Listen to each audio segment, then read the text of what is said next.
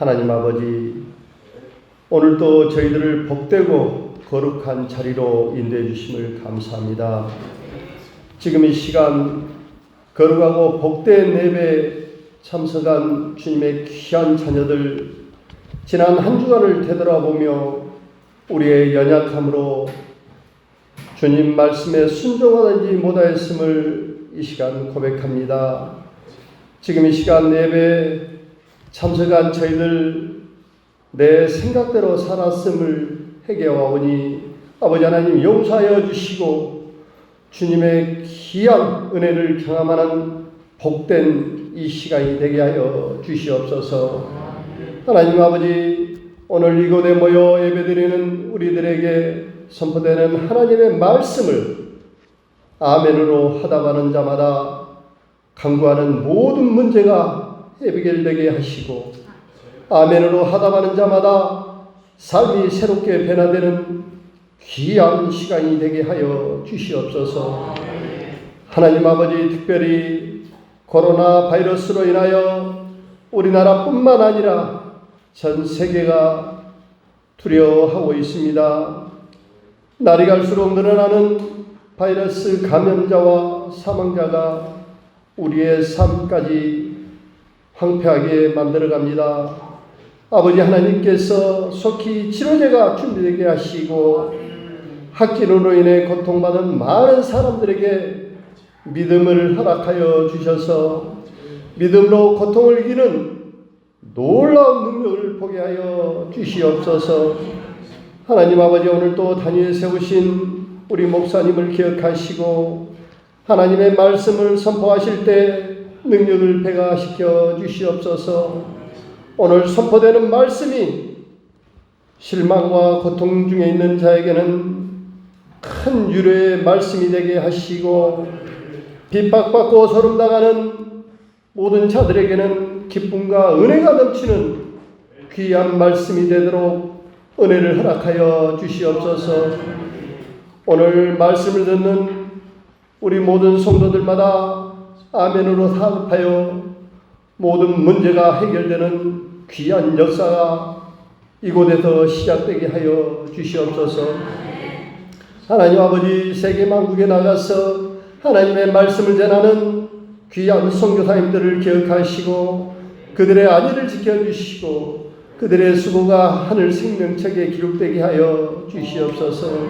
특별히 우리 교회가 파송한 우리 최경 선교사님 네 분을 기억하시고, 우리 최경 선교사님 통해 우리 교회가 지향하는 선교의 뜻이 이루어지게 하여 주시옵소서.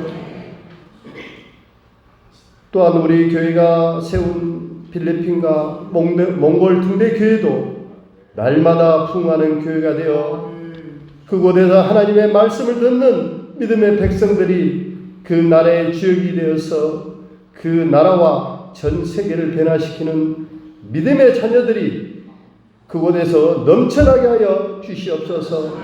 하나님 아버지, 교회 각 기관과 재직들과 섬기는 손길들을 기억하시고 섬기는 손길마다 하나님의 예비하신 축복을 다하여 주셔서 더욱더 주님 앞에 영광 돌리는 귀한 자녀들이 되게 하여 주시옵소서.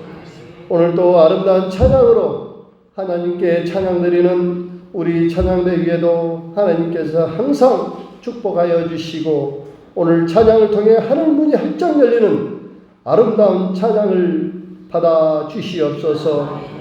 오늘도 귀한 은혜와 영광이 우리 가운데 충만하길 바라오며 거룩하신 예수님의 이름으로 기도합니다. 아멘. 오늘 주시는 하나님의 말씀은 에베소서 2장 4절로 7절입니다. 긍휼이 풍성하신 하나님이 우리를 사랑하신 그 큰 사랑을 인하여 허물로 죽은 우리를 그리스도와 함께 살리셨고 너희는 은혜로 구원을 받은 것이라. 또 함께 일으키사 그리스도 예수 안에서 함께 하늘에 앉히시니 이는 그리스도 예수 안에서 우리에게 자비하심으로써 그 은혜의 지극히 풍성함을 오는 여러 세대에 나타내려 하심이라. 손은 잡지 마시고 옆에 사람 쳐다보면서 인사 한번 합시다. 잘 오셨습니다. 큰 은혜 받읍시다. 할렐루야. 큰 은혜 받읍시다. 제가 지난 주일에 사형수에 대한 말씀을 드렸습니다. 제목이 좀 어둡고 무겁지만 이것이 우리의 실체고 이게 우리의 본질이라 그랬습니다. 지난주에 어떤 말씀을 듣었는지 전혀 생각이 나지 않는다 하신 분들은 유튜브에 왕곡 등대교회를 들어가시면 지난 주일날 말씀을 다시 들으실 수 있습니다. 사랑하는 성도 여러분, 우리가 이 구원, 교회 가면 왜 교회 가세요? 구원 받으려고요. 그 구원이라는 단어를 제대로 알려면 내가 어떤 형편에 놓여 있었는지를 아는 것이 굉장히 중요합니다. 성경은 우리가 전에 하나님 앞에서 사형수라고 했습니다. 알면서 지은 죄도 셀 수 없을 만큼, 또 죄라는 것도 알지 모르고서 지은 죄도 셀 수 없을 만큼 많기 때문입니다. 사형 판결이 최종 확정된 죄인을 사형수라고 하는데, 사형수는 살아있는 사람 같으나 사실은 죽은 사람이라 그렇게 말할 수 있습니다. 사형수에게 마지막 희망이 있다면 그게 무엇일까요? 어떤 이유로든 특별 사면이 내려질 수만 있다면 이게 아마 유일한 희망입니다. 사실 법적으로 사형 판결이 확정될 때는 그만한 이유가 분명하기 때문에 사면을 받고 세상에 나오는 일은 거의 없다고 봐도 됩니다. 자, 사형 다음으로 이제 무거운 형벌이 무기징역인데, 이 무기징역은 기한 없이 징역살이 하는 걸 무기징역이라고 얘기합니다. 그래도 사형 판결과 무기징역은 하늘과 땅 차이예요. 무기징역 받은 사람들은 무기수라고 하는데, 무기수들은 나이가 아주 많아지거나 또 사람들의 기억 속에 그 사람이 지은 죄에 대해서 별로 기억이 안 남아 있을 만큼 세월이 지나거나, 그 사람이 법정 그 감옥 그 감방 생활하는 동안에 모범수로 이 사람을 풀어놓아도 더 이상 사회에 해악을 끼칠 일이 별로 없겠다 싶으면 풀어주기도 하거든요. 그런데 사형수는 다시 풀려나리라고 하는 희망 자체가 없습니다. 그냥 사람들이 사형 판결을 면하려고 그렇게 몸부림을 치는 거예요. 사형만 아니라면 무기징역이라도 이렇게 하는 것이죠. 저와 여러분 모두는 하나님의 심판대 앞에서 결코 죄가 면제될 수 없는 사형수였었다라고 그렇게 말씀합니다. 세상의 법망에 드러나지 않아서 발각이 안 돼서 세상 법정에서 처벌을 받지 않았다 할지라도 하나님의 법정에서 우리가 평생 어떻게 살아왔는지를 뒤돌아보면 할 말이 없는 저희들입니다. 그래서 에베소서 2장 3절 말씀에 본질상 진노의 자녀였다라고 그렇게 선언을 했습니다. 본질상이라는 말의 의미는 원래 태생의 죄로부터 자유로울 수 없는 존재라는 말도 되고, 하나님의 은혜가 아니면 아무런 대책도 아무런 방법도 없는 존재다라는 그런 뜻입니다. 아무리 그럴듯하게 나만 그렇게 사는 게 아니라 세상 사람들이 다 그렇게 산다라고 변명하고 책임을 전가하고 물타기를 한다 할지라도 그것으로 죄의 형벌이 면제되지는 않는다는 사실을 알아야 합니다. 사랑하는 성도 여러분, 우리가 더 정직하고 더 솔직하게 자신의 모습을 들여다볼 수 있다면 내가 받은 그 구원의 은혜가 얼마나 큰 것인가를 실감할 수가 있을 것입니다. 구원이란 사형수가 되어서 희망 없이 살아가는 사람에게 생각지도 못하게 내려진 사면령과 같은 것입니다. 만약 사형수된 나에게 대통령의 사면령이 떨어졌다고 한번 생각해 보세요. 그래서 내가 풀려났다고 합시다. 무슨 생각이 들까요? 내가 죽었다가 살았다, 이런 생각이 들 거예요. 그래서 사면령은 유일하게 나라에서 대통령만 결정할 수 있습니다. 국무총리도 대법원장도 사면령을 내릴 수가 없습니다. 이 세상 최고 권력자인 대통령만이 사면을 결정하게 되는 것입니다. 그와 같이 우리의 죄와 허물로 인하여 심판받은 그 심판의 사면령은 누가 내릴 수 있습니까? 하나님이십니다. 하나님만이 하실 수 있는 겁니다. 이건 하나님의 영역이고 하나님의 절대 권력이십니다. 그래서 우리의 생사화복이 하나님의 손에 있다라고 하는 것입니다. 자, 그 하나님께서 우리에게 사면령을 내리셨다는 겁니다. 이것이 바로 우리의 구원입니다. 오늘 말씀은 바로 그 말씀입니다. 하나님의 처벌을 기다릴 수밖에 없는 사형수였던 우리에게 하나님의 구원이 선포되어졌다는 것입니다. 그런데 하나님이 우리에게 그렇게 구원을 선포하셨는데 그 구원의 근원, 우리를 구원하시는 근원과 본질이 무엇인가에 대한 말씀이 오늘 말씀의 내용입니다. 우리 4절에 있는 말씀을 한번 같이 읽어보겠습니다. 그들이 풍성하신 하나님이 우리를 사랑하시는 그 큰 사랑을 인하여 그랬습니다. 우리의 구원은 어디서부터 시작되느냐면 하나님의 긍휼과 사랑과 자비로부터 시작이 됩니다. 그 말은 우리의 구원이 우리가 가진 조건이 아니라 했다는 겁니다. 긍휼이라는 말과 7절에 자비라고 하는 말이 나오는데 긍휼이라고 하는 말의 사전적인 의미를 보면 불쌍하고 가엾게 여겨서 도와준다라는 뜻을 가지고 있습니다. 자비라는 말도 비슷하게 해석이 됩니다. 영어로서는 메르시라고 번역이 됩니다. 헬라어에 보면 엘리오스라고 기록이 되어 있습니다. 그런데 히브리어를 보면 긍휼이라는 말과 자비라는 말의 단어가 다르게 쓰여집니다. 이 긍휼이라는 말은 나함이라는 단어를 쓰고 자비라고 하는 말은 헤세드라고 하는 단어를 쓰는데 어떤 차이가 있는지 제가 설명을 좀 해보겠습니다. 긍휼이라는 말을 쓸 때 이 라함이라고 하는 말을 쓰는데 이 라함이라는 단어가 어디서 나온다는 창자에서 나온 단어예요. 우리 뱃속에 있는 창자. 그래서 우리가 어떤 너무 기가 막힌 일을 당하거나 너무 심한 아픔을 당하면 뭐라고 그래요? 창자가 끊어질 것 같다라는 얘기를 하잖아요. 네. 우리 전라도 말로는 환장하겠다는 말이에요. 창자가 끊어지는 아픔으로 슬퍼한다.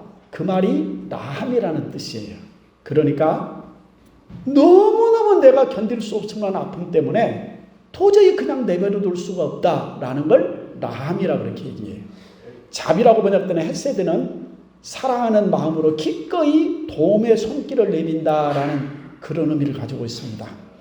그러니까 우리의 구원이 하나님의 긍휼과 자비로 말미암는다는 것의 의미는 뭐냐? 그러면 인간의 죄와 형벌로 인하여 지옥의 고통을 바라보시는 하나님의 마음이 마치 창자가 끊어진 듯한 아픔이었다라는 그런 얘기입니다. 사랑하는 성도 여러분, 하나님은 심판자십니다.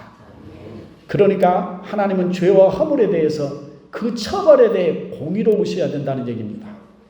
공평하게 지은 죄에 대해서 처벌을 할 수밖에 없는 분이시라고 말입니다.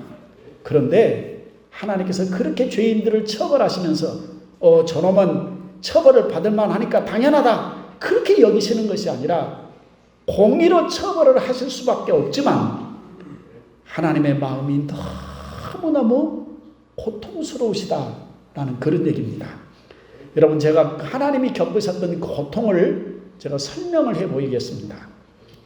하나님께서는 당신에게 하나밖에 없는 아들을 세상에 보내셨습니다. 보내시기 전에 두 분이 합의를 하셨어요. 아들아, 너 세상으로 좀 내려가야 되겠다. 그들에게 하나님의 나라를 알려주고 구원의 길을 네가 좀 가르쳐 주거라. 그리고 그들의 죄를 대신해서 네가 어린 양이 되었으면 좋겠다. 이렇게 합의를 하시고 이 땅에 하나님의 아들이신 예수님이 내려오셨습니다.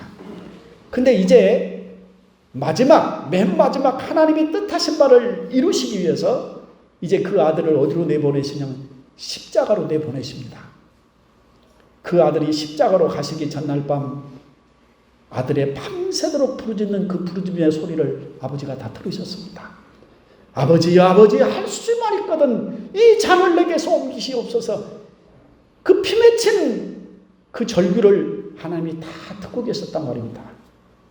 여러분, 이미 하나님 아버지와 아들 예수님이 여기 오시기 전에 이미 합의를 하고 오셨다니까요. 그렇지만 인간의 몸을 입고 오신 그 아들 예수님의 통곡 소리를 하늘아버지는 다 듣고 계셨다는 말입니다.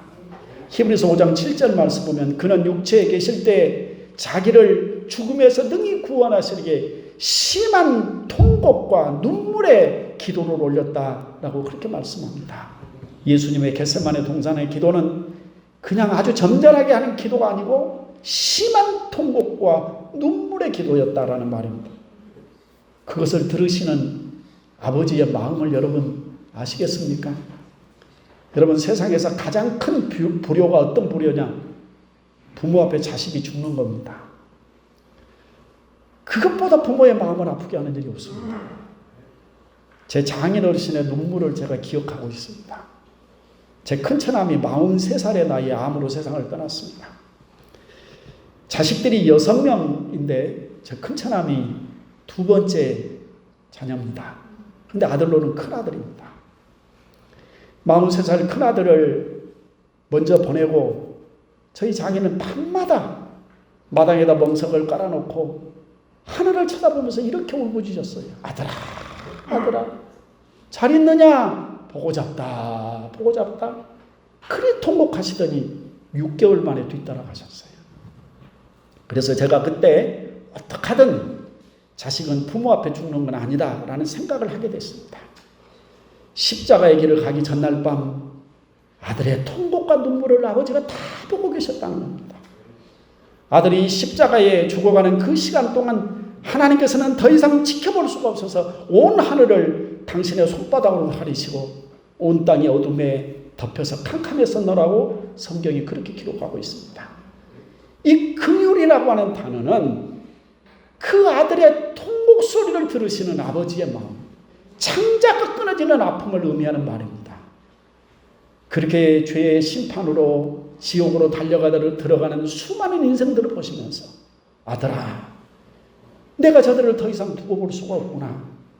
그러니까 네가 가서 저들을 대신하여 네가 심판을 받고 저주를 받고 죽어라. 그리하고서 밤새 아들의 통곡소리를 들으시면서 꾹꾹 눌러 참으셨던 그 아버지의 마음, 바로 그것이 저와 여러분을 향한 하나님의 긍휼이었습니다. 사랑하는 성도 여러분, 우리의 구원이 어디서부터 시작됐느냐? 바로 아버지 하나님의 풍성하신 긍휼로부터 시작이 되었다라는 것입니다.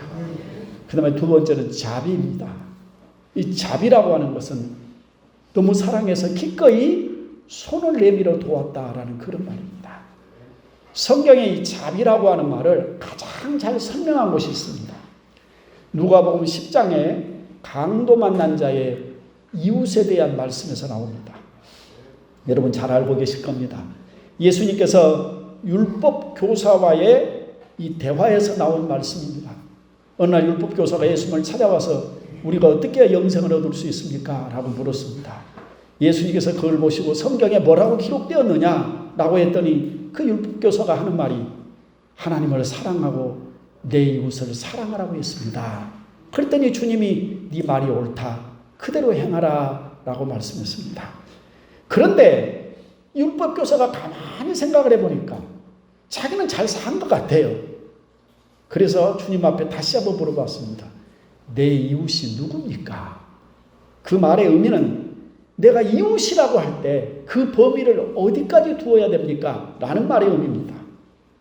그래서 주님께서 말씀하신 것이 바로 선한 사마리아 사람에 대한 비유의 말씀입니다. 어떤 사람이 외진 길을 가다가 강도를 만났습니다. 가진 것 다 털리고 심하게 맞아 부상을 입어서 가만 놔두면 그냥 죽을 위기에 처했습니다. 그런데 그의 곁으로 레위인이 지나갑니다. 그런데 그냥 못 본 척하고 지나갔더라 했습니다. 조금 기다렸더니 다시 제사장이 지나갑니다. 신음소리를 들었을 것입니다. 그런데도 그저 모른 척하고 그냥 지나갔습니다. 그 말의 의미는 최소한 그 사람들만이라도 종교적인 자비를 베풀 수 있는 사람들이었다라는 그런 얘기입니다. 그런데 그들은 그에게 아무런 도움도 되지 못했습니다. 불쌍히 여기는 마음은 있었지 모르지만 실제적인 도움이 되지 못했다라는 그런 말입니다. 그런데 정작 진짜 외면하고 가도 아무런 문제가 없는 사마리아 사람이 그를 보고 그를 치료하고 돌봐주고 그를 여호와 안에 맡기면서 그 비용을 기꺼이 투자했다라고 성경에 말씀을 했습니다. 주님은 여기까지 말씀하시고 율법 교사에게 누가 강도 만난 자의 이웃이냐라고 물었습니다. 그런데 율법 교사가 사마리아 사람입니다라고 하지 않고 자비를 베푼 자입니다라고 얘기했습니다. 그 말은 그의 생각 속에 사마리아 사람이라면 절대 그렇게 선한 일을 할 수 없겠지라는 선입견이 있었을 것이고, 또 하나는 율법 교사의 자존심으로 사마리아 사람을 선하다고 얘기할 수 있겠어? 아마 그랬을지도 모릅니다. 아무튼 중요한 건 뭐냐면 자비입니다. 자비. 딱하고 곤란한 처지에 놓인 사람을 그냥 두고 볼 수가 없어서 기꺼이 자신이 대가를 지불하면서까지 그를 돌봐주는 그 마음이 바로 하나님의 마음이고 저와 여러분의 구원의 근원이고 본질이라는 겁니다.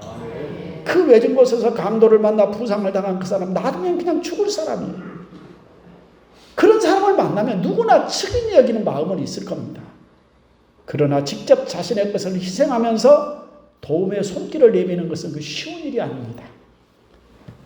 사랑하는 성도 여러분, 하나님 아버지께서는 당신과 아무런 상관이 없어 보이는 우리들을 위해 그 유대인들을 돌보는 사마리아 사람처럼 당신을 대적하고 멸시한 그 인간을 위해 불쌍히 여기시는 마음과 함께 그 정도로 끝내신 것이 아니라 기꺼이 자신의 하나밖에 없는 독생자의 목숨을 대속물로 희생물로 내놓으셨다라는 것입니다. 바로 우리의 구원의 근원이 하나님의 자비의 마음으로부터 시작됐다는 것입니다. 두 번째로 우리가 5절 6절 말씀을 한번 같이 읽겠습니다. 허물로 죽은 우리를 그리스도와 함께 살리셨고 너희는 은혜로 구원을 받은 것이라. 또 함께 일으키사 그리스도 예수 안에서 함께 하늘에 앉히시니 그랬습니다. 허물로 죽은 우리를, 이게 우리의 실체입니다. 그런데 그런 우리를 그리스도와 함께 살리셨습니다. 6절 말씀 보니까 함께 일으키사 그리스도 안에서 함께 하늘에 앉히셨다라고 얘기합니다. 그리스도 안에서라는 말은 그리스도 때문에라는 말도 되고 그리스도 안에 있는 사람들이라는 말의 의미도 가지고 있습니다. 하나님 아버지께서 저와 여러분을 구원하실 때 요구하시는 조건은 딱 하나 있습니다. 바로 너희가 그리스도 예수 안에 있느냐라는 것입니다. 누구든지 그리스도 예수 안에만 있으면 됩니다. 예수 그리스도와 함께 살리셨고 함께 일으키셨고 함께 하늘에 앉히셨다. 함께라는 말을 3번이나 썼습니다. 예수 그리스도를 부활시켜서 부활의 영생의 몸을 입게 하시는 하나님께서 예수 그리스도 안에 있는 우리에게도 영원한 생명을 주셨다라는 것입니다. 예수 그리스도를 하늘에 올리셔서 하나님 보좌 우편에 앉아 계시는 하늘 영광을 주신 그 아버지 하나님께서 그리스도 안에 있는 우리에게도 하늘 시민권을 주시고 하늘의 영광의 상속자가 되게 하셨다라는 말입니다.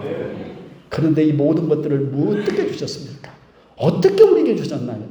5절 말씀 가로 안에 써져 있는 말씀을 읽겠습니다. 괄호 안에 시작. 너희는 은혜로 구원을 받은 것이라 그랬습니다. 이 놀라운 은혜를, 이 놀라운 구원을 어떻게 주셨다고요? 은혜로요. 은혜로 그 말은 그냥 주셨다는 거예요. 대가와 조건이 없이 주셨다는 거예요. 사랑하는 성도는 우리같이 비록 육신을 입고 이 땅에 수고와 슬픔과 고통 가운데 살아가고 있다 할지라도 여러분은 영원한 생명을 소유한 사람들이에요. 하늘의 시민권을 가진 사람들이 하늘의 영광의 상속자라는 사실을 잊지 말기를 바랍니다.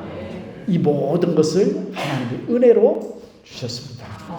이제 마지막으로 여러분 7절에 있는 말씀을 같이 한번 읽겠습니다. 이는 그리스도 예수 안에서 우리에게 자비하심으로써 그 은혜의 지극히 풍성함을 오는 여러 세대에 나타내려 하심이라 했습니다. 그 구원의 은혜를 딱 그 시기에만 주셨느냐? 아니라는 것입니다. 오고 오는 세대 모든 민족에게 다 주실 수 있을 만큼 풍성한 은혜였다는 겁니다. 그래서 사랑하는 성도 여러분, 지금 여기 그리스도 안에 있는 모든 성도들에게도 그 구원의 은혜가 효력이 있는 것입니다. 주님이 오시는 그날까지입니다. 아무리 풍성한 복을 얘기해도 직접 나와 상관이 없는 복이라면 그림의 떡일 뿐입니다. 그런데 그 풍성하신 긍휼, 그 큰 사랑, 그 풍성하신 자비와 은혜가 바로 저와 여러분의 몫이라는 겁니다. 저와 여러분에게 베푸신 하나님의 은혜라는 거예요. 말씀을 좀 정리하도록 하겠습니다. 지난 주일날 우리의 형편과 처지가 얼마나 절망적이냐에 대해서 제가 말씀을 드렸습니다. 오늘은 그런 우리를 향해 하나님 아버지께서 베푸신 그 은혜, 그 놀라운 구원에 대한 말씀을 드렸습니다. 사랑하는 성도 여러분, 저와 여러분의 구원의 본질과 근원은 하나님의 긍휼과 사랑과 자비였습니다. 우리를 차마 지옥으로 보낼 수가 없어서 아들을 내놓고 창자가 끊어지는 아픔을 참아내시며 베푸셨던 그 은혜고 그 사랑이었습니다. 우리는 하나님 앞에 충성된 사람들이 아니었습니다. 유대인들이 사마리아 사람을 대하듯이 하나님을 향해서는 적대적이었고 하나님을 무시했고 하나님과 상관이 없는 삶을 살았던 저희들입니다. 그런데 선한 사마리아 사람처럼 자비의 손을 내밀어 주신 분이 바로 아버지 하나님이시라는 말입니다. 우리가 도와달라고 손을 내밀기 전에 그가 먼저 우리에게 손을 내밀어 주셨습니다. 그 말은 우리의 구원을 위해서라면 그 어떤 대가라도 내가 내놓을 수 있다라고 말씀하시는 사랑의 하나님 아버지의 선언입니다. 우리의 믿음은 그 사랑의 하나님의 마음을 아는 데서부터 시작이 되어집니다. 내가 그 하나님 아버지의 마음을 안다는 것, 그건 내가 구원받은 증거고 하나님의 자녀가 되었다는 증거가 되어지는 것입니다. 기도하겠습니다.